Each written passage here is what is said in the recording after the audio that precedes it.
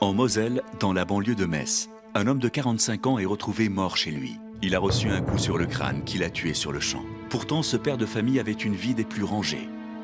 Alors, qui l'a assassiné? Et pour quelle raison?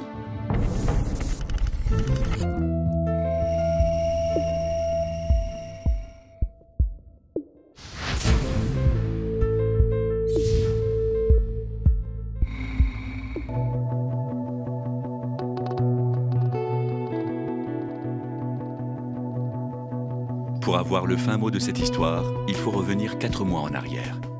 Ce jour-là, Claude fête sa promotion au sein de sa banque en compagnie de sa femme, avec qui il vit depuis plus de 20 ans. Bravo, mon chéri, je suis fière de toi. Mais tu sais que la probabilité que j'obtienne ce poste était vraiment infime. J'ai dû l'arracher avec les dents, cette promo. Un vrai gagnant. On va pouvoir partir en vacances, ça fait si longtemps. Ah bah, vous auriez pu m'attendre quand même. Et ben voilà la plus belle. Voilà. Alors maman m'a dit, chef de service, félicitations, t'es un vrai gagnant papa. Et moi j'en connais une autre qui est gagnante aujourd'hui, c'est moi.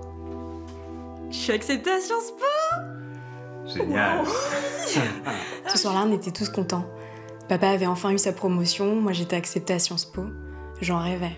Sciences Po, c'était l'assurance d'un avenir sans galère, un Eldorado. Franchement, ça n'a pas toujours été facile à la maison.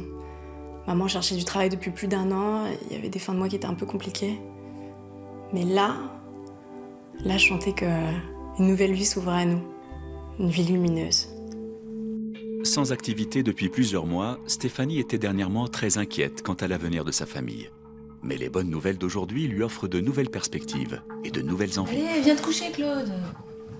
Cette nuit-là, j'avais très envie de mon mari. Ça faisait très longtemps que... Et là, c'est lui qui refusait mes câlins. Et pour cause, ce qui accapare toutes les pensées de Claude depuis quelques semaines, ce sont les jeux en ligne. Mais ce soir-là, le lendemain matin, Claude retrouve Daniel, son collègue et ami, avant d'aller travailler. Je suis désolé, Daniel. Mais alors que tout semble sourire à Claude, Daniel, qui vient de perdre sa mère, est loin de pouvoir en dire autant. Elle souffrait.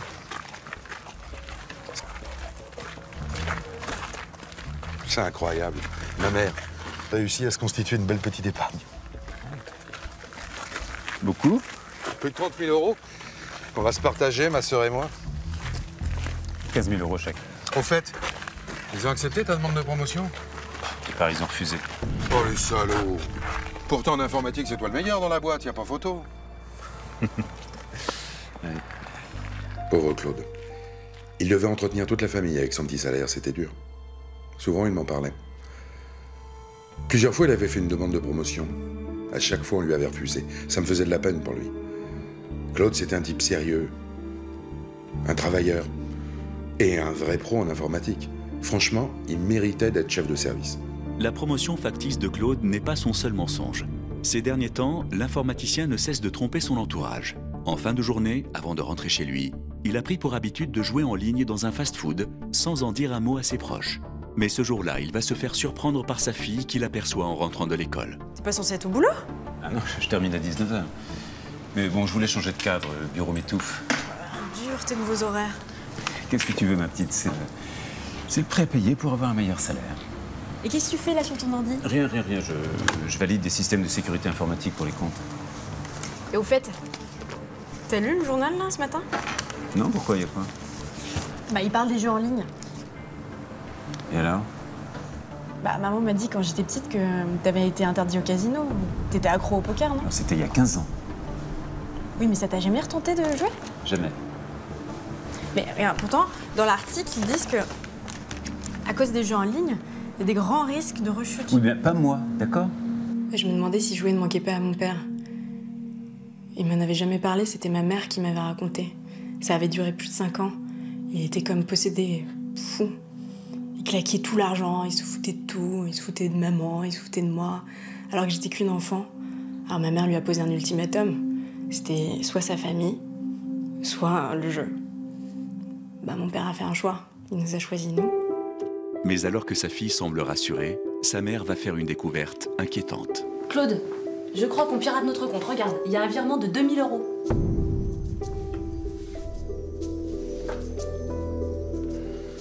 Faut que je te dise quelque chose.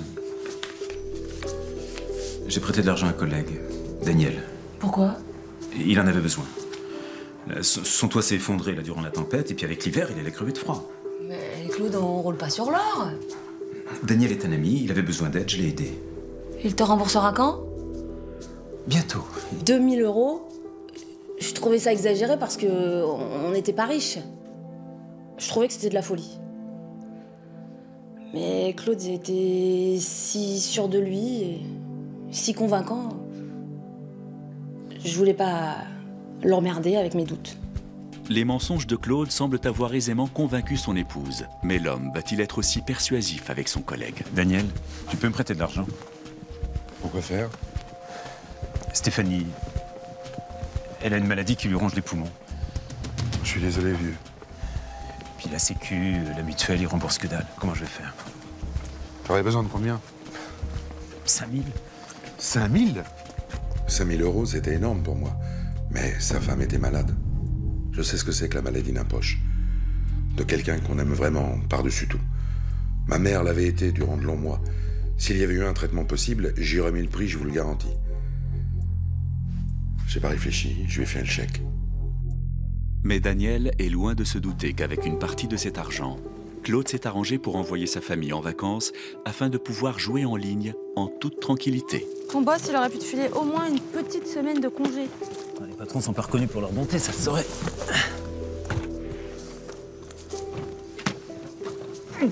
Merci. Voilà, attention.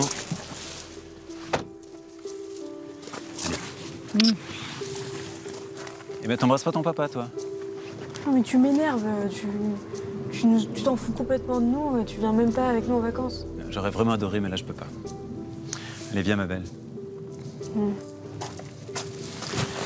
tout ça, ça va s'arranger, je te promets. Hein? Ouais. J'étais si triste que Claude ne vienne pas avec nous. Ce nouveau boulot lui prenait tout son temps et toute son attention. Je trouvais que Camille était un peu dure avec son père. C'est vrai, il se démenait pour nous quand même. Bon, il était beaucoup moins présent, mais je pensais que c'était pour notre bien. Claude se retrouve seul. Sans garde-fou, il mise sans compter. Des sommes de plus en plus importantes. Les pertes deviennent même vertigineuses.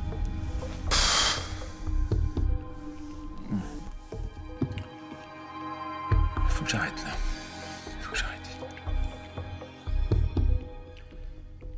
Mais comme un drogué, plus il joue, plus il s'enfonce dans sa dépendance.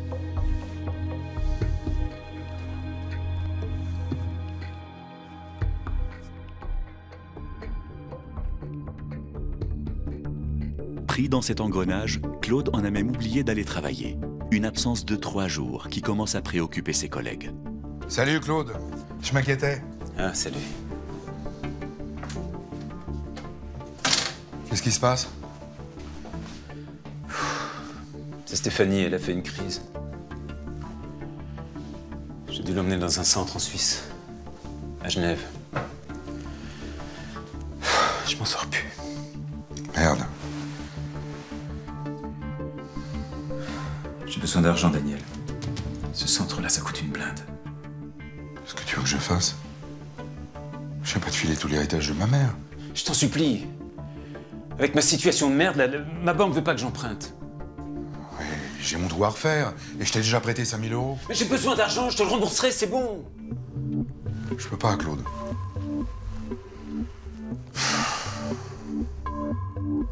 Je peux pas. Il s'agit de la vie de ma femme, là. La mère de ma fille. T'as à ce point-là un cœur de pierre?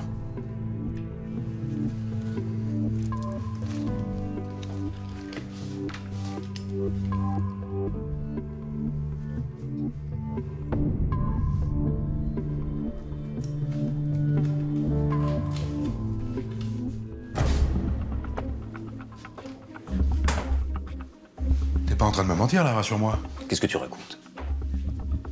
Le jeu, t'as pas replongé dedans? Et ce fric que je te prête, c'est pas pour... Attends, t'es malade ou quoi? T'imagines que je te raconterais des cracks sur la vie de ma femme pour t'extorquer du blé? T'as pas honte de penser un truc pareil? J'en sais rien, moi. Mais ça, c'est quoi? Ça c'est quoi? Ça s'affiche tout seul, ces trucs-là, c'est des pop-up. T'as jamais entendu parler de ça, des pop-up?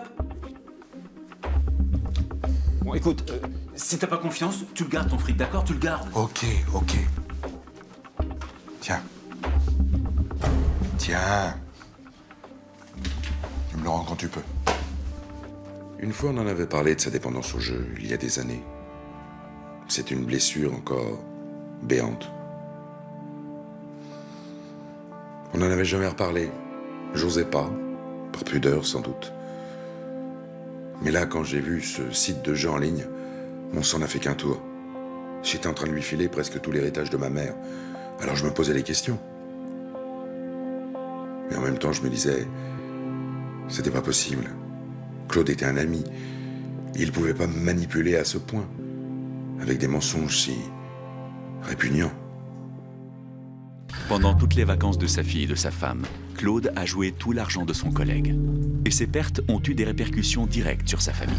Ma carte bleue a été bloquée quasiment tout le séjour. On a bouffé des concerts pendant 10 jours, c'était horrible. Explique-moi pourquoi, je comprends rien à ce qui se passe. Je vous l'ai expliqué quand vous m'avez appelé pendant les vacances. La banque a eu un problème technique, ça arrive. Dis-moi la vérité. T'as encore prêté de l'argent à ton pote? Oui, il en avait besoin. T'es complètement taré? Attends, tu me fous la paix, d'accord? Qui est-ce qui ramène le fric à la maison? C'est moi, hein? Alors j'en fais ce que je veux. Tu me dis pas tout, Claude. Ces derniers temps, t'es agressif. Qu'est-ce que tu me caches, bon sang? Oui, bon, je suis fatigué. Je suis un peu paumé, là. T'as une maîtresse, c'est ça? Tu l'entretiens? T'as peur de me le dire? Laisse tomber, va. Je le reconnaissais plus. Cette tristesse, cette violence aussi, ce repli sur lui-même. Ça me rappelait il y a 15 ans, quand il était accro au jeu. Ça aurait dû me mettre la puce à l'oreille ou éveiller mes soupçons, mais je crois que je voulais pas y croire. C'était trop dur d'imaginer qu'il était retombé. Mais alors que Claude a quitté la maison suite à son altercation avec sa femme, Stéphanie et Camille vont être confrontées à la dure réalité. Bonjour, Daniel, un ami de Claude. Il est là? Non, il est pas encore rentré. Vous êtes Camille, sa fille? Oui. Votre mère va mieux? Comment ça va mieux? Sa cure lui a fait du bien. Quelle cure? Vous êtes Daniel? Oui, c'est moi. Rendez-nous notre argent. De quoi vous parlez? C'est moi qui vous ai prêté de l'argent pour vous aider dans votre cure. Ma cure? Vous vous foutez de moi ou quoi, là? Votre toit s'est effondré et Daniel vous a prêté de l'argent pour vous aider.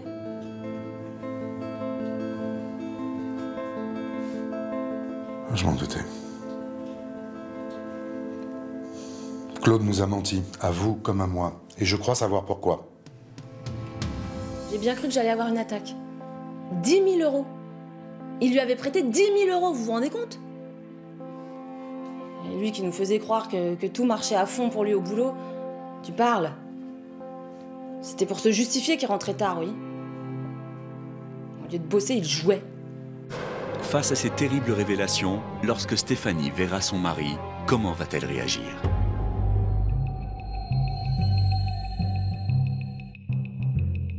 En attendant, Claude est loin de se douter qu'il a été démasqué. Comment t'as pu nous faire ça? De quoi tu parles? Mais arrête de nous mentir! Comment on va rembourser tout ce fric, tu peux me le dire? Je quoi? Il y a 15 ans, tu m'avais juré de plus jamais recommencer. Et là, tu replonges et tu nous fous dans une merde noire. Comment on va faire? Je suis désolé, c'est plus fort que moi. Je t'avais déjà posé un ultimatum il y a 15 ans, Claude. Cette fois, je vais le mettre à exécution. Camille et moi, on se tire. On te laisse dans ta mouise, tu te débrouilles. Non, mais attends, je vais rembourser Daniel, je vais me refaire. Il me faut juste un peu de temps. Tu continues? C'est pas vrai, là. T'es malade, Claude. Malade. Viens, Camille. On va chez mamie. Non, mais attendez, me laissez pas. Je vous en prie. Attends, maman. Mais Camille, qui voit son père sombrer, va avoir une réaction inattendue.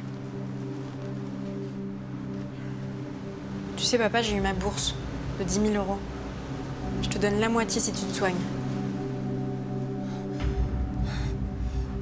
Ma chérie, comment tu vas faire? Tu passes avant mon confort, mon papa. Puis, je vais bien trouver un boulot. Je vais me débrouiller, t'inquiète pas. Tu vois le sacrifice que ta fille est prête à faire pour toi? Claude, regarde-moi dans les yeux. Es-tu prêt à te faire soigner?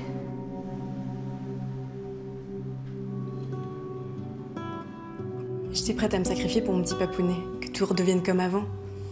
Il m'avait toujours aidé, je pouvais bien lui faire ça. Et ça me dérangeait pas de trouver un petit boulot n'importe où, dans un fast-food. Mais il fallait qu'il se soigne.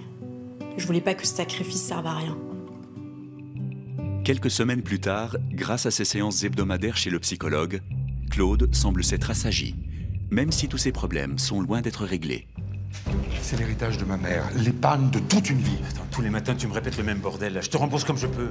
Mais en attendant, je me les gèle chez moi. Dès qu'il pleut, il y a une infiltration. Tu le comprends, ça? Je te rembourse comme je peux, je te dis. T'aurais jamais dû replonger dans le jeu. Et en plus, me mentir à moi, ton pote. Eh, c'est de ta faute si je suis dans ce merdier, hein? Mais qu'est-ce qui a toujours raconté à ma femme? C'est la Vierge Marie, peut-être? Mais Claude, c'était pour ton bien. Pour mon bien? J'étais à 2 doigts de décrocher le pactole. Mais toi, il a fallu que tu foutes tout en l'air, c'est de ta faute. Et en plus, maintenant, tu me piques 40% de mon salaire, c'est l'enfoiré. Dis donc, je te défends de me parler comme ça? Eh, tu sais quoi? J'ai plus du tout envie de te rembourser, tu vois? Fallait y penser avant. Si t'avais pas fait ta balance, là, je t'aurais remboursé. Et avec les intérêts en plus. Mais maintenant, tiens, que dalle. Mon fric, tu me le dois. Un point, c'est tout. Je te dois plus rien du tout. T'as intérêt à me rembourser, Claude. Tu me dois encore 8 000 €. Ouais. Sinon quoi? Vas-y. Tu crois que j'ai pas vu ton petit jeu à la banque? Quoi tu parles? Les 0,01% que tu prélèves sur des centaines de comptes. Monsieur est un as de l'informatique. Il a déjoué toutes les sécurités. T'as détourné plus de 10 000 €. Tu me surveilles au taf? Tu me laisses le choix. Rends-moi mon fric ou je te balance à la direction. T'es un vrai sale putain de collabo. Claude, m'oblige pas de dénoncer. Rends-moi mon fric. Le salaud. J'y croyais pas. Qu'est-ce que je pouvais faire? Porter plainte? On n'avait même pas fait de reconnaissance de dette. J'étais coincé. La seule solution que j'ai trouvée, c'était de le menacer. Alors quand j'ai vu qu'il détournait l'argent de la banque, j'avais enfin un moyen de pression. Je voulais pas en arriver là. Claude était un ami. Mais l'héritage de ma mère passait avant. La relation entre les deux amis est au plus mal. Pourrait-elle se détériorer encore plus?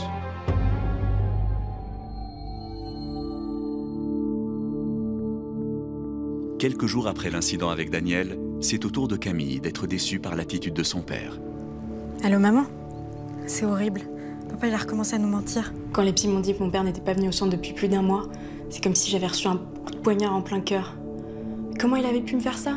Je m'étais sacrifiée pour lui. L'argent que je lui avais prêté, je suis sûre, il l'avait misé au poker. J'avais envie de pleurer, de tout casser. Dans quelles circonstances Claude va-t-il mourir? Qui de Camille, Daniel ou Stéphanie irait jusqu'à frapper à mort cet accro au jeu?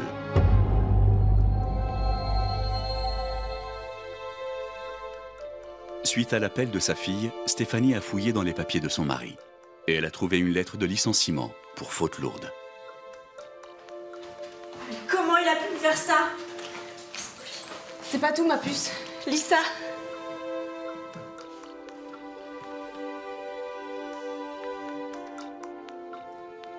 Il a utilisé l'argent de la banque. Oui, l'argent de la banque, l'argent de sa boîte. Tu peux imaginer? Depuis 4 mois. C'est des petites sommes qu'il te prélève à chaque fois sur plein de comptes différents, mais au total, ça fait plus de 10 000 €. Il est fou. Il est fou. Il se rend pas compte qu'il risque la prison? Qu'est-ce qu'on va faire, maman? Va faire tes bagages. On s'en va. Allez, on s'en va, viens.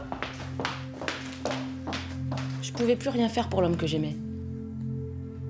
Je lui avais pardonné une première fois, je lui ai pardonné une deuxième fois, mais là, c'était trop.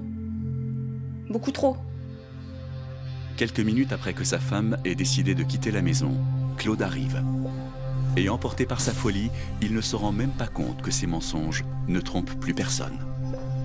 Voilà. Ils m'ont viré. Réaménagement de structure, c'est comme ça qu'ils disent. Arrête, Claude. Pour l'amour du ciel, arrête. T'as volé du fric à ta boîte. Mais c'est pas vrai. C'est Daniel, cet enflure. Il a raconté n'importe quoi à la direction. Des preuves bidons. Tout ça parce qu'il trouve que je le rembourse pas assez vite. Non mais je vais le traîner en justice, hein. C'est de la diffamation, ça. Il ment. C'est fini, Claude. Fini. Mais vous allez où, là? On s'en va. Comment t'as pu me faire ça? Je m'étais sacrifiée pour toi. Mais attendez, laissez-moi juste ce soir. Juste ce soir, je le sens là, le pactole. Hein, encore une fois. Si je gagne pas ce soir, vous n'aurez qu'à me laisser. D'accord? Vous auriez bien raison. Juste ce soir, je le sens bien. Ok, vas-y. Mais maman, laisse ton père faire comme il veut. Ma chérie, je savais que tu comprendrais. Tu la sens toi aussi, la chance. Hein? Tu la sens?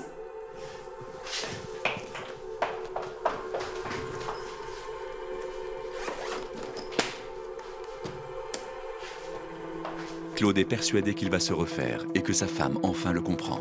Mais cette fois-ci, Stéphanie a tout prévu. C'est quoi ce bordel, là? Je t'ai interdit de tous les jeux de poker en ligne. Ton nom est fiché. Tu pourras plus jamais utiliser aucune carte de crédit à ton nom. C'est mon dernier acte d'amour, Claude. Viens, Camille, on y va. Tu m'as banni des jeux et maintenant vous m'abandonnez, c'est ça? Restez avec moi. T'as compris? Restez avec moi. Arrête, papa! Arrête!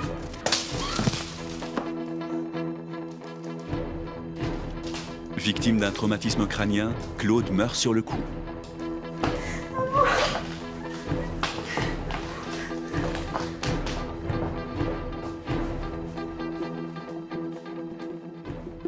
Et je voulais pas tuer papa.